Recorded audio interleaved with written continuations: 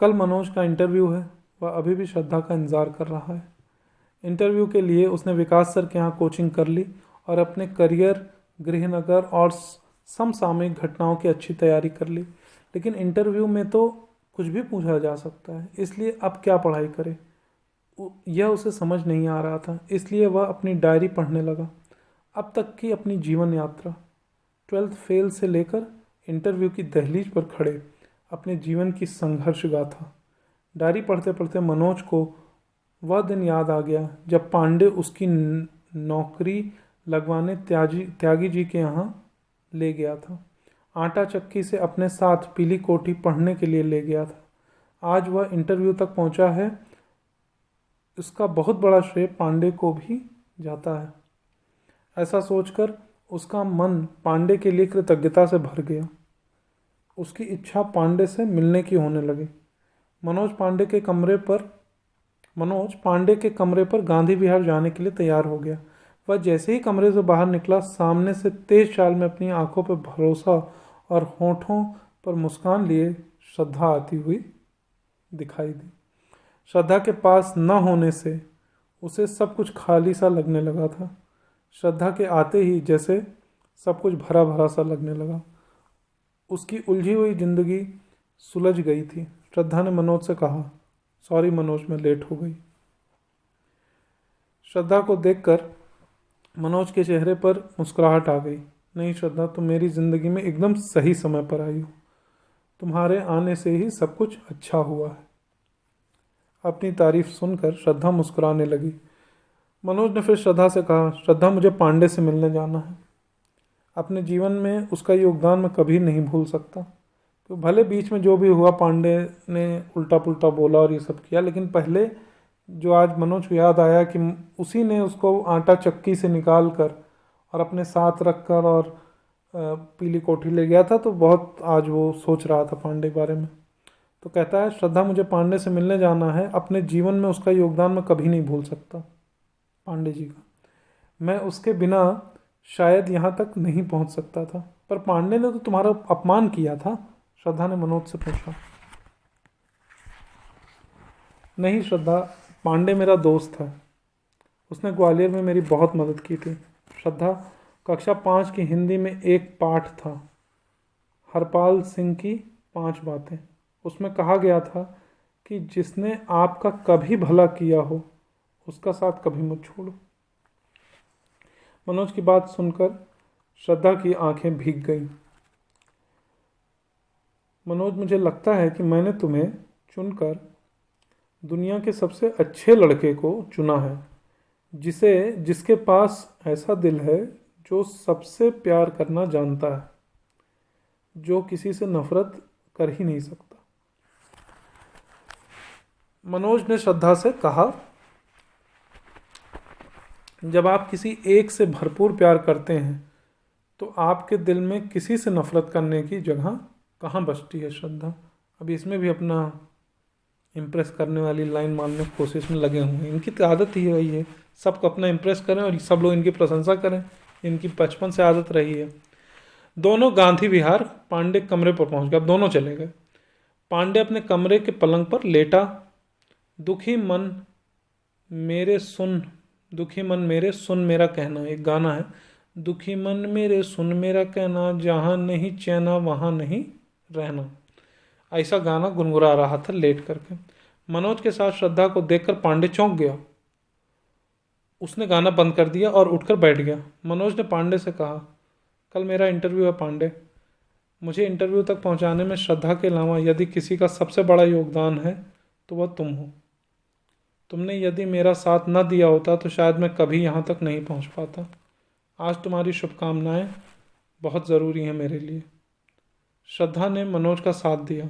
भैया, अब आप भी अपने लास्ट अटेम्प्ट की तैयारी के लिए जी जान से जुट जाइए।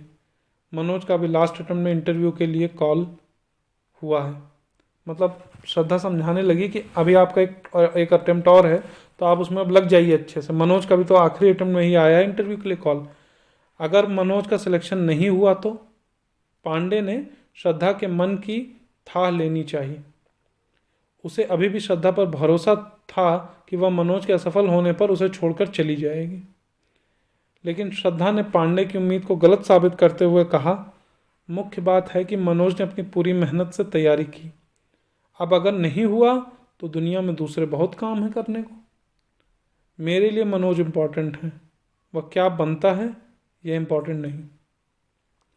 अंतिम वाक्य कहते समय श्रद्धा की नज़रें झुक गईं। पांडे, तुम भी इस साल टूटकर मेहनत करो, फिर देखना तुम्हारे मन के सारे संशय, सारे अविश्वास सब दूर हो जाएंगे। भयानक मेहनत ही है जो हम सबको संतुलित रखती है और सफलता भी देती है। मनोज ने पांडे को प्रोत्साहित करने की कोशिश की। मनोज और श्रद्धा को दूर करने के सारे षड्यंत्र पांडे के बेकार चले गए थे। इसलिए उसने अब बदली हुई परिस्थिति से समझौता करना बेहतर समझा।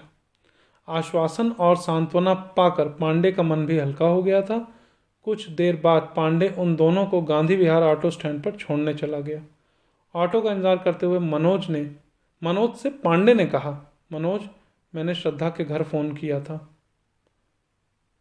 भावावेश में पांडे ने अपना सत्य उगल दिया। अपने लोगों को शक तो पहले से ही हो रहा था कि उसने किया होगा। पांडे की बात सुनकर मनोज ने सिर्फ इतना कहा, कोई बात नहीं पांडे, हो सकता है इसमें भी ईश्वर की कोई अलग इच्छा छुपी हो। तो मनोज गुस्सा नहीं हुआ इस पर भी उसने सोचा कि भाई भगवान की इच्छा रही होगी तभी तुमने किया। पांडे मौन रहा, वह कुछ नहीं बोल सका। मनोज और श्रद्धा ऑटो में बैठकर नेहरू विहार की ओर चल दिए। पांडे उन दोनों को जाते हुए देखता रहा। मनोज और श्रद्धा यूपीएससी के ऑफिस जाने के लिए तैयार हो गए। अब इंटरव्यू का समय आ गया है। मनोज जीवन में पहली बार कोई इंटरव्यू देने जा रहा था, फर्स्ट टाइम इंटरव्यू देने जा रहा था। इतने दिन से बहुत कुछ इन्होंने किया, कभी भी इंटरव्यू तक नहीं पहुंचे थे, फर्स्ट इंटरव्यू था। श्रद्धा, मुझे डर लग रहा है, पता नहीं इंटरव्यू में क्या पूछेंगे, मैं उनका सही जवाब दे पाऊंगा या नहीं। कितने ही टॉपिक छूट गए, मैं उनका रिवीजन भी नहीं कर पाया हूँ। ऑटो में बैठे मनोज ने श्रद्धा से कहा, मनोज, बस एक बात याद रखना कि यह इंटरव्यू तुम्हें जानने के लिए लिया जा रहा है। तुम क्या हो, तुम जिंदगी को किस नज़रिए से देखते हो, इस दुनिया, इस समाज, इस नौकरी को देखने की तुम्हारी दृष्टि क्या है। इसलिए तुम्हें कुछ भी रिवीजन नहीं करना, सिर्फ अपने आप को जानना है। श्रद्धा ने शायद उत्तरांचल पीएससी के दिए अपने इंटरव्यू के अनुभव से मनोज को समझाया।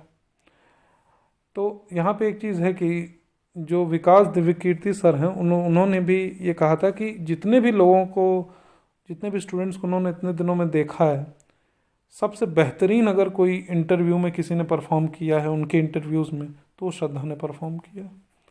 तो इसका मतलब है कि ये इसमें लिखा नहीं है बुक में, ये अपने एक वीडियो में विकास दिव्यकीर्ति सर बताते हैं कि श्रद्धा मतलब बहुत उम्दा थी इंटरव्यू में, तो उसको अंडरस्टैंडिंग बहुत अच्छी थी, तो वही बता रहे हैं यहाँ पे। ऑफकोर्स परफॉर्मेंस भी अच्छा रहा होगा तभी उन्होंने भी ऐसा बोला उसके बारे में। यूपीएससी के गेट पर इंटरव्यू देने वाले विद्यार्थियों की भीड़ बढ़ रही थी। सभी विद्यार्थी फॉर्मल ड्रेस में थे। अधिकांश लड़के ऑफ वाइट शर्ट और नेवी ब्लू ब्लेजर में थे। लड़कियों ने साड़ी पहन रखी थी। गेट नंबर 1 पर उम्मीदवारों के प्रवेश पत्र चेक हो रहे थे, लेकिन उनके साथ आए उनके परिजन और मित्रों को दूसरे गेट से अंदर पार्क में बैठने के लिए कह दिया गया था कि भाई आप अलग वहाँ बैठिए, इंतजार करिए। मनोज को अंदर भेजकर श्रद्धा भी पार्क में जाकर बैठ गई। मनोज और दूसरे प्रतियोगी अब एक बड़े से हॉल में थे, जहां उनके प्रमाण पत्र एवं मार्कशीट यूपीएससी के कर्मचारी चेक कर रहे थे। इस बड़े से हॉल में महात्मा गांधी और सरदार पटेल की बड़ी सी तस्वीर दीवार पर टंगी हुई थी। ठीक 10:30 बजे हलचल हुई। दरबान कमरे के अंदर बाहर होने लगे। दरबान मतलब जो लोग खड़े रहते हैं वहाँ, असिस्टेंट टाइप से। इससे लोगों ने अंदाज़ा लगा लिया कि कमरे में इंटरव्यू लेने वाले शायद आ गए हैं। प्रतियोगियों के दिल की धड़कनें बढ़ने लगी, उनके गले सूखने लगे और हाथ पैरों में कंपन होने लगा। सब भाई चिंतित होने लग जाते हैं, इंटरव्यू है आईएएस पीसीएस का, पीसीएस का नहीं सॉरी आईएएस का। मनोज का इंटरव्यू डॉक्टर पीडी मेहता के बोर्ड में पढ़ा। तो वहाँ अलग अलग बोर्ड बने रहते हैं जिसमें हर बोर्ड में कई मेंबर्स होते हैं। तो मनोज का इंटरव्यू डॉक्टर पीडी मेहता के बोर्ड में पढ़ा। डॉक्टर मेहता आईआईटी दिल्ली के पूर्व डायरेक्टर थे जिन्हें सरकार ने संघ लोक सेवा आयोग का मेंबर बना दिया था। मनोज के लिए यह खबर हताश करने वाली थी कि उसके इंटरव्यू बोर्ड के चेयरमैन का हिंदी साहित्य और इतिहास से कोई लेना देना नहीं था। भाई अभी आईआईटी के व्यक्ति थे तो मतलब ये टेक्निकल साइड के थे, है ना मेहता जी। तो इसको बड़ा ताजुब लगा, थोड़ा सा डर भी लगा। डॉक्टर मेहता इस बात के लिए भी जाने जाते थे कि वह इंजीनियर और इंग्लिश मीडियम के लड़कों को इंटरव्यू में अच्छे नंबर देते हैं और सोशल साइंस एवं हिंदी मीडियम के लड़कों को कम नंबर देकर विदा कर देते हैं। तो जनरली ये जो इंटरव्यू बोर्ड होते हैं उसमें जो लोग होते हैं उसमें हर एक का बातचीत और सारी बातों मतलब जो जो लोग प्रिपरेशन करते हैं उनमें ये एक लॉबी में पता रहता है कि ये वाले सर जैसे इंग्लिश स्टूडेंट्स को प्रेफर करते हैं, ये इस सब्जेक्ट को ज़्यादा प्रेफर करते हैं। तो एक लोगों के बीच में एक मान्यता बनी रहती है। वो क्या एकदम सही है नहीं है ये बताना थोड़ा मुश्किल है, लेकिन एक मान्यता तो बनी ही होती है। तो वही मेहता सर के बारे में बनी थी। अब देखो आप समझो, यहाँ लास्ट अटेम्प्ट में भी आकर के मनोज के लिए सब कुछ अपोजिट ही हो रहा है। हर स्टेप पे इस बंदे के साथ अपोजिट ही हो रहा है, हर स्टेप पे।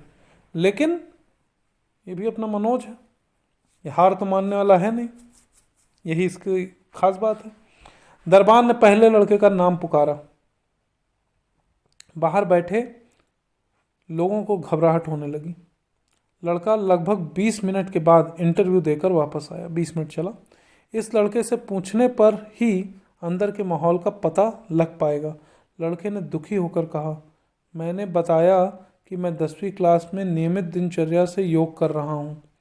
मैंने बताया कि मैं 10वीं क्लास से नियमित दिनचर्या से योग कर रहा हूँ, मतलब मैं 10th क्लास से डेली योग करता हूँ, योगा करता हूँ, यह मेरी हॉबी है।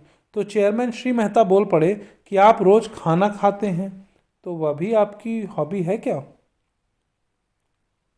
मैं इसका कुछ जवाब नहीं दे पाया। डॉक्टर मेहता बहुत खतरनाक हैं, बिल्कुल नहीं हंसते। तो इसने और ज़्यादा डरा दिया भाई, बाहर का माहौल बहुत खतरनाक कर दिया ये सब बता के। अगला लड़का बाहर आया तो वह भी दुखी था। उसने बताया कि उसके बीएससी में फिजिक्स में अच्छे नंबर नहीं आ पाए थे। डॉक्टर मेहता ने उसी पर मेरी खिंचाई कर दी। उन्होंने मुझसे पूरे 20 मिनट फिजिक्स ही पूछा और बाद में कह दिया कि मेरी तैयारी अच्छी नहीं है, अगले साल आना। इतना कहकर लड़का अपनी गीली आंखें छुपाता हुआ बाहर चला गया। मनोज इस लड़के के इंटरव्यू को सुनकर घबरा गया। इस लड़के के तो केवल फिजिक्स में ही कम नंबर थे। इतनी छोटी कमी पर ही डॉक्टर मेहता ने इस लड़के का इंटरव्यू बिगाड़ दिया। मनोज ने अपने करियर पर नज़र डाली तो वह अंदर से कांप गया। 10वीं 3rd डिवीज़न, 12th फेल, गणित फिजिक्स केमिस्ट्री में 0, इंग्लिश लिटरेचर के कारण बीए में 2nd डिवीज़न। डॉक्टर मेहता उसका क्या हाल करेंगे यह सोच कर ही वह घबराने लगा। तीसरा लड़का बाहर आ गया। उसका चेहरा प्रसन्न था। यह लड़का अब तक आए सभी लड़कों में सबसे अधिक प्रसन्न लग रहा था। उसने बताया कि उसका इंटरव्यू बहुत अच्छा गया है। उसने कहा कि वह आईआईटी दिल्ली का विद्यार्थी रहा, दिल्ली का विद्यार्थी था, आईआईटी दिल्ली का, और अभी इन्फोसिस में सॉफ्टवेयर इंजीनियर है। उसका पूरा इंटरव्यू इंफॉर्मेशन टेक्नोलॉजी के प्रशासन में उपयोग विषय पर चला, मतलब आईटी का यूज़ कैसे किया जा सकता है एडमिनिस्ट्रेशन में। डॉक्टर मेहता ने 5-6 बार वेरी गुड बोला। मनोज के लिए इस लड़के का इंटरव्यू हताश करने वाला था। मनोज आईटी के बारे में उतना ही जानता था जितना उसने मुख्य परीक्षा के नोट्स में पढ़ा था, मतलब बहुत थोड़ा मोड़ा जानता था, ज़्यादा कुछ नहीं जानता था। मनोज ने अपने विचलित और चिंतित मन को शांत करने के लिए आंखें बंद कर ली। बंद आंखों के पीछे कुछ दृश्य तैरने लगे। मनोज का पूरा जीवन ही तैर गया अचानक। मनोज का गांव, उसका घर, ग्वालियर का कॉलेज, लाइब्रेरी, बाहर बगीचे में बैठी श्रद्धा, सब एक रील की तरह मनोज की आंखों के पर्दे पर झिलमिला कर आते जाते रहे। मनोज आंखें बंद किए हुए बैठा रहा। तभी दरबान की आवाज़ मनोज ने सुनी, मनोज कुमार शर्मा।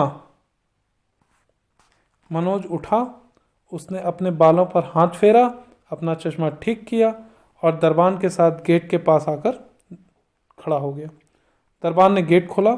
मनोज ने अंदर प्रवेश किया। बाहर बैठकर कल्पना करने वाला दृश्य अब एकदम सामने था। कमरे में सामने एक बड़ी यू शेप की टेबल थी, जिसके पीछे 5-6 लोग बैठे थे। 4 लोग सूट में थे, जबकि एक बुजुर्ग से व्यक्ति धोती कुर्ता पहने बैठे थे। बीच में डॉक्टर मेहता बैठे थे।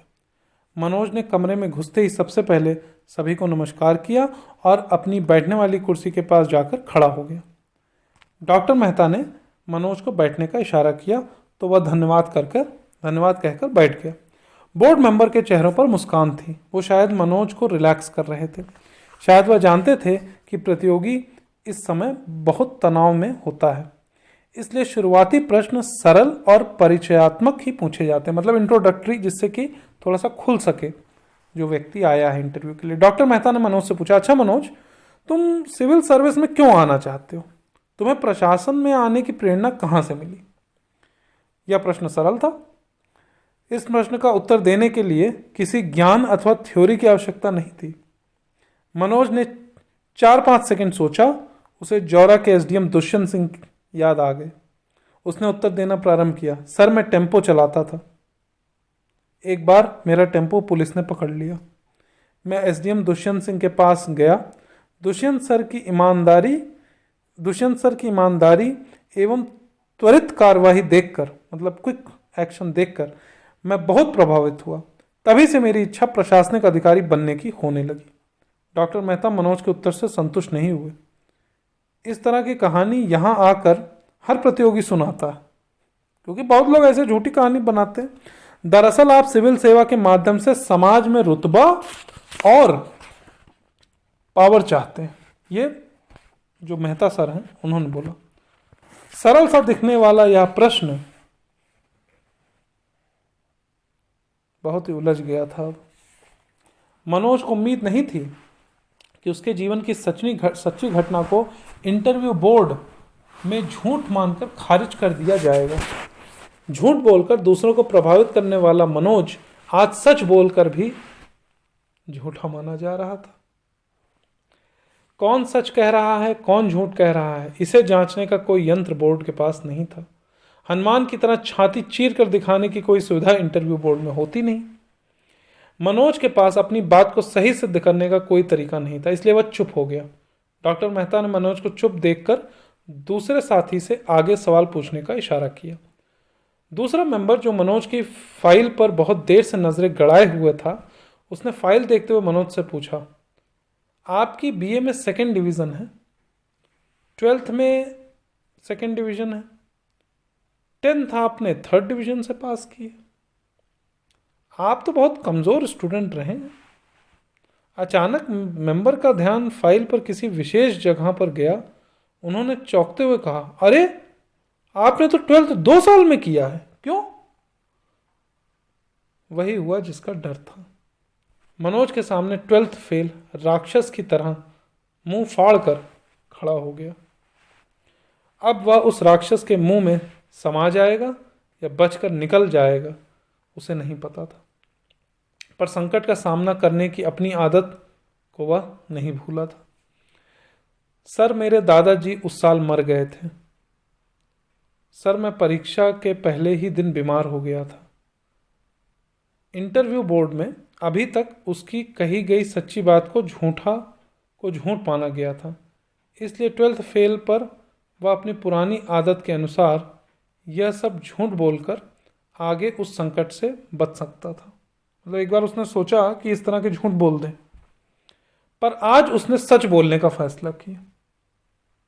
उसे लगा कि सच ही वह ताकत है जो उसे आज बचा सकती है। मतलब उसने सब बहाना नहीं मारने का निश्चय कर लिया।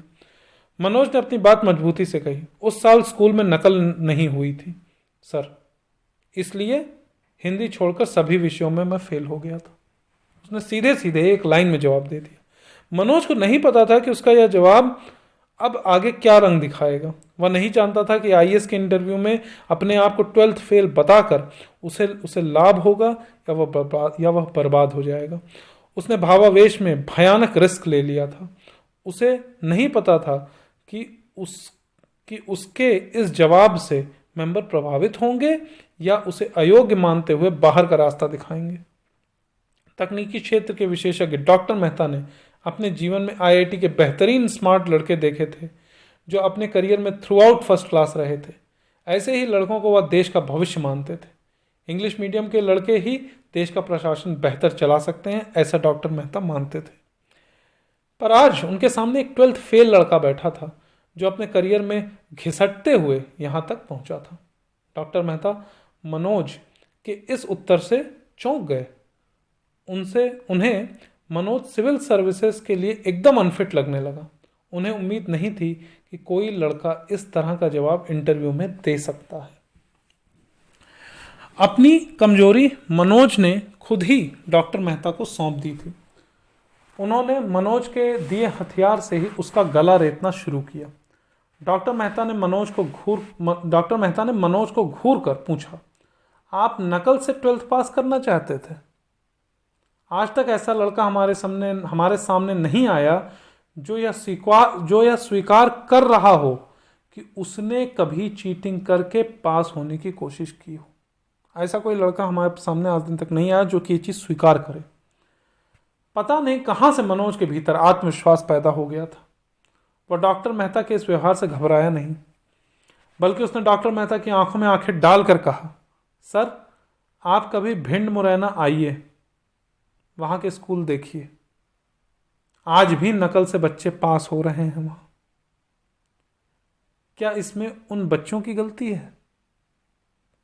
ऐसा जवाब दे दिया मनोज ने यहाँ पर। या उस सिस्टम की जो वहाँ नकल को रोक नहीं पाता? गलती किसकी है? उन बच्चों की गलती है जो नकल करके पास हो रहे हैं, या उस सिस्टम की गलती है जो वहाँ पे नकल को होने दे रहा है लगातार? एक दुष्यंत सिंह ने 1 साल नकल नहीं होने दी और उन्हीं चीटिंग करने वाले बच्चों में से एक बच्चा अपनी मेहनत के बल पर आज आपके सामने बैठा है। अगर उस साल दुष्यंत सिंह नकल नहीं रोकते तो शायद मैं आज भी मुरैना से जौरा टेम्पो चला रहा होता। मनोज के इस जवाब से प्रभावित होकर बोर्ड के अन्य मेंबर आपस में बातचीत करने लगे। उनकी भाव मुद्रा देखकर ऐसा लगा रहा था जैसे कि वे मनोज की बात से सहमत हैं। पर डॉक्टर मेहता मनोज के इस भाव प्रवण उत्तर से प्रभावित नहीं हुए। उन्होंने मनोज से आगे कहा, आप कुछ भी कहिए, पर मैंने आपका पूरा करियर देखा। आप इंग्लिश में बहुत वीक हैं। इंग्लिश लिटरेचर में आपके हमेशा सिर्फ पासिंग मार्क्स आए हैं। Administration can not be in the absence of English. मतलब उन्होंने कहा, मेहता जी ने इंग्लिश में कहा, मेहता सर ने इंग्लिश में कहा, administration can not be run in the absence of English. क्योंकि वो बहुत इंग्लिश के सपोर्टर थे। उनका ये मानना था कि जो इंग्लिश में अच्छे हैं वही एडमिनिस्ट्रेशन ढंग से चला सकते हैं। मनोज फिर फंस गया। डॉक्टर मेहता भावुक नहीं निकले, वह कट्टर और अपने मत पर कायम रहने वाले निकले। मनोज ने हिम्मत नहीं हारी। सर, प्रशासन में भाषा उतनी महत्वपूर्ण नहीं होती जितनी आपकी सच्ची नीयत। मनोज ने डॉक्टर मेहता की इंग्लिश को महत्व देने वाली विचारधारा का विरोध कर दिया। डॉक्टर मेहता को उसका यह विरोध पसंद नहीं आया। उन्होंने नाराजगी के स्वर में कहा, no, this is an excuse to hide your ignorance in English. How can you serve the country with this weakness? तो डॉक्टर मेहता ने कहा कि तुम अपनी बस कमजोरी को छुपाने की कोशिश कर रहे हो। तुम कैसे जो है देश को सर्व करोगे, देश की सेवा करोगे इस कमजोरी के साथ? इंग्लिश में कमजोर परीक्षार्थी से डॉक्टर मेहता इंग्लिश में ही सवाल पूछ रहे थे। मनोज इंग्लिश में पूछे गए प्रश्न को समझकर उत्तर ढूंढने की कोशिश करने लगा। इंग्लिश एक बार फिर उसकी राह में कांटे बिछाने को तैयार थी। उसके माथे पर पसीने की कुछ बूंदें दिख रही थी। धोती कुर्ता पहने बुजुर्ग मेंबर ने उसे घबराया हुआ जानकर पूछा, मनोज आप पानी पीना चाहेंगे? उस मेंबर ने टेबल पर कांच के गिलास में रखे पानी की तरफ इशारा किया। मनोज ने पानी से भरे कांच के गिलास को देखा उसकी हिम्मत नहीं हुई पानी पीने की। कुछ सेकंड खामोशी रही। डॉक्टर मेहता के होठों पर मंद मंद मुस्कान तैर रही थी।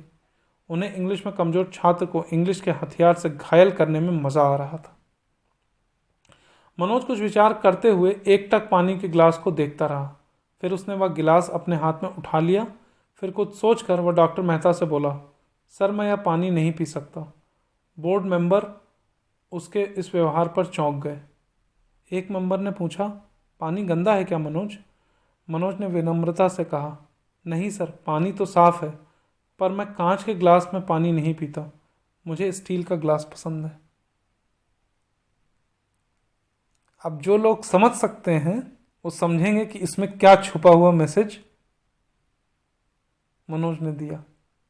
सोचिए, आप स्टील के गिलास से पानी पिए या आप कांच के गिलास से पानी पिए, दोनों में मोटिव क्या है? आप पानी अंदर जाना है, प्यास बुझनी है, वो दोनों में हो जाएगा। लेकिन मनोज ने जानबूझ करके ये कह रहा है कि नहीं सर, मुझे स्टील का गिलास पसंद है, मैं इस पर नहीं पीऊँगा। ये एक्चुअली एक तरह से जो हमारे डॉक्टर मेहता हैं, उनको इशारा है, एक मैसेज उनको दे रहा है, क्योंकि उनके हिसाब से इंग्लिश लैंग्वेज के थ्रू एडमिनिस्ट्रेशन स्ट्रांग होता है। लेकिन मनोज एक बताना चाह रहा था कि नियत आपकी जो है उससे एडमिनिस्ट्रेशन होता है। लैंग्वेज का उसमें उतना बड़ा रोल नहीं है, उसका भी रोल होता है लेकिन उतना बड़ा नहीं है। डॉक्टर मेहता मनोज के इस उत्तर को समझ नहीं पाए और नाराज होकर बोल पड़े, ये क्या बात हुई? तुम्हें पानी पीने से काम है या गिलास से? कोई भी गिलास हो, पानी तो वही रहेगा ना। मनोज ने बड़ी शालीनता से डॉक्टर मेहता और दूसरे मेंबर से कहा, जी सर, यही मैं भी कह रहा हूँ। असली चीज़ पानी है, बर्तन नहीं। अगर पानी साफ है तो वह कांच के गिलास में है या स्टील के, कोई अंतर नहीं पड़ता। आपके विचार, आपकी भावनाएं, आपका ज्ञान यदि अच्छा है, श्रेष्ठ है, देश हित में है, तो यह अंतर नहीं पड़ता कि वह इंग्लिश माध्यम से प्रकट हो या हिंदी माध्यम से प्रकट हो। इतना कहकर मनोज ने हाथ में पकड़े पानी के गिलास से पानी पीकर खाली गिलास टेबल पर रख दिया। मनोज के इस अप्रत्याशित उत्तर से सभी मेंबर आश्चर्यचकित रह गए। बुजुर्ग मेंबर के चेहरे पर चमक आ गई। उनके मुंह से अनायास निकल गया, वाह मनोज। डॉक्टर मेहता की नज़रें अभी भी नीचे रखे उसके सर्टिफिकेट पर टिकी हुई थी। उनका इंग्लिश का पैना हथियार मनोज ने बेकार कर दिया था। लेकिन डॉक्टर मेहता आसानी से छोड़ने वाले नहीं थे। इस बार उन्होंने अपने साथियों से ही प्रश्न किया, आपने देखा है कि मनोज के पहले आईआईटी दिल्ली का विद्यार्थी इंटरव्यू के लिए आया था, जो 12th में अपने स्टेट का टॉपर भी था। उसके स्थान पर 12th में फेल होने का प्रमाण पत्र लेकर आए मनोज को हम लोग क्यों चुने? तो इन्होंने मनोज से नहीं बल्कि अपने सभी जो मेंबर के पैनल मेंबर्स थे उनसे क्वेश्चन कर दिया। बोर्ड के दूसरे मेंबर डॉक्टर मेहता की बात से सहमत दिख रहे थे और अपनी गर्दन उनकी हाँ में हिला रहे थे। बुजुर्ग मेंबर ने मनोज से कहा, मनोज, तुम्हें 12th फेल होने के बावजूद हम लोग उस टॉपर लड़के की जगह क्यों चुने? जो बुजुर्ग मेंबर थे उन्होंने मनोज की तरफ वो क्वेश्चन फेंक दिया।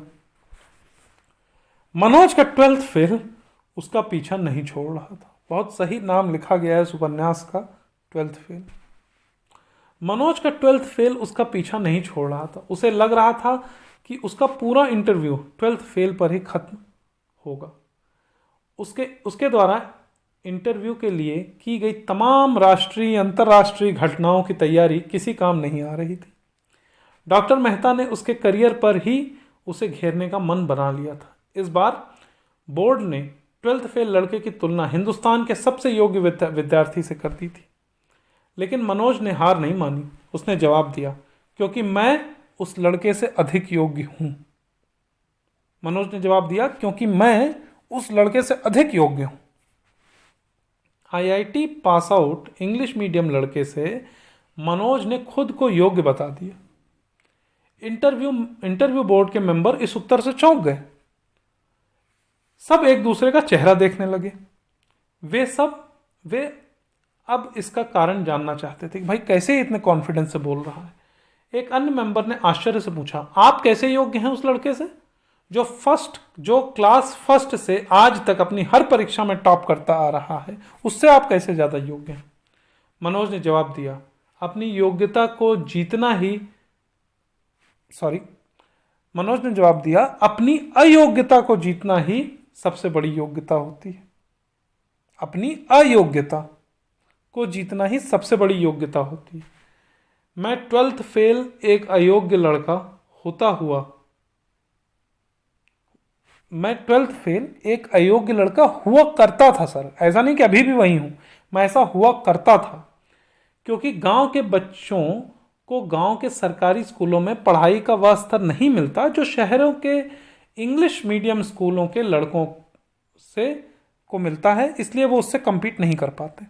तो वो अपनी सही स्थिति जो ग्राउंड पे है वो बता रहा है कि गांव के सरकारी स्कूलों में उस तरह से नहीं पढ़ाया जाता। इन अभावों के बावजूद अपने संघर्ष और संकल्प के कारण मैं यहां तक आ सका हूं। किन्हीं दो लोगों की तुलना उनके परिणामों से नहीं होनी चाहिए, बल्कि उनकी परिस्थितियों और सुविधाओं के आधार पर भी होनी चाहिए।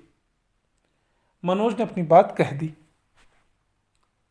तो मनोज ने समरी में ये कहा कि आप केवल ये मत देखिए कि हम दोनों यहाँ पे आए हैं और उसको जो दूसरा लड़का था वो लगातार 12th तक हमेशा फर्स्ट आया या अपने क्लास का टॉपर। आपको ये भी समझना पड़ेगा कि वो लगातार बचपन से उसको सारी अच्छी कंडीशंस मिली और वो यहाँ पे आया और मेरे को उतनी खराब कंडीशन मिली और मैं उसको भी विजय करते हुए आपके सामने बैठा हूँ, तो इस हिसाब से मैं ज़्यादा योग्य हूँ। मनोज ने अपनी बात कह दी। बोर्ड के दूसरे मेंबर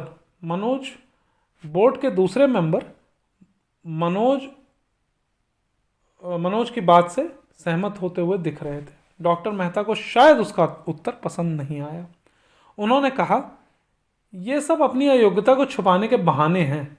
जो लड़का मैथ्स और इंग्लिश से के डर से उन्हें छोड़ देता है वह क्या शासन में किसी कठिन मौकों पर गिव अप नहीं कर जाएगा। तो अब उन्होंने डॉक्टर मेहता जो थे उन्होंने रिलेट कर दिया कि भाई तुम डर गए थे 12th में इंग्लिश से मैथ से, तो इसलिए तुम आर्ट साइड से करे, तो तुमने ये सब्जेक्ट गिव अप कर दिया था। तो ऐसे कोई टफ सिचुएशन आएगी तो तुम एडमिनिस्ट्रेशन में भी वो गिव अप कर दोगे। खैर जाने दीजिए, आप लोगों को कुछ पूछना है? डॉक्टर मेहता ने मनोज के उत्तर को इसका आंसर सुने बिना बाकी सदस्यों का, आप लोगों को और कुछ पूछना है इससे, जैसे इसको चलता किया जाए इस वाले अंदाज से।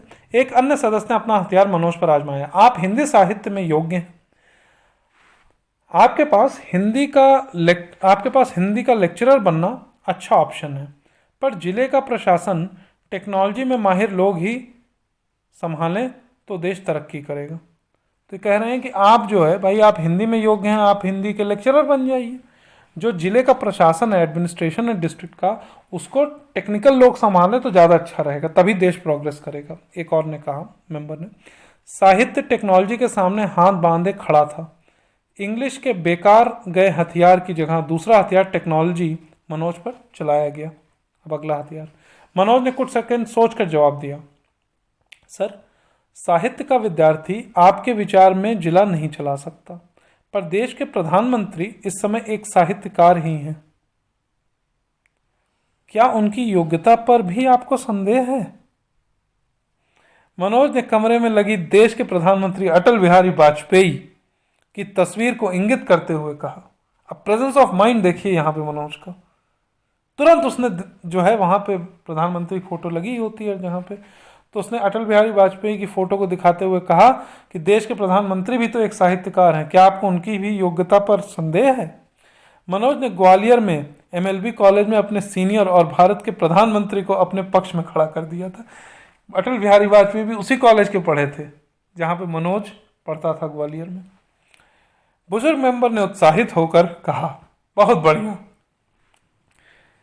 इस बार उसका जवाब सुनकर बोर्ड के दूसरे सदस्य भी हतप्रभ रह गए। डॉक्टर मेहता भी भारत के प्रधानमंत्री को मनोज के समर्थन में खड़ा देखकर कुछ देर के लिए हिल गए।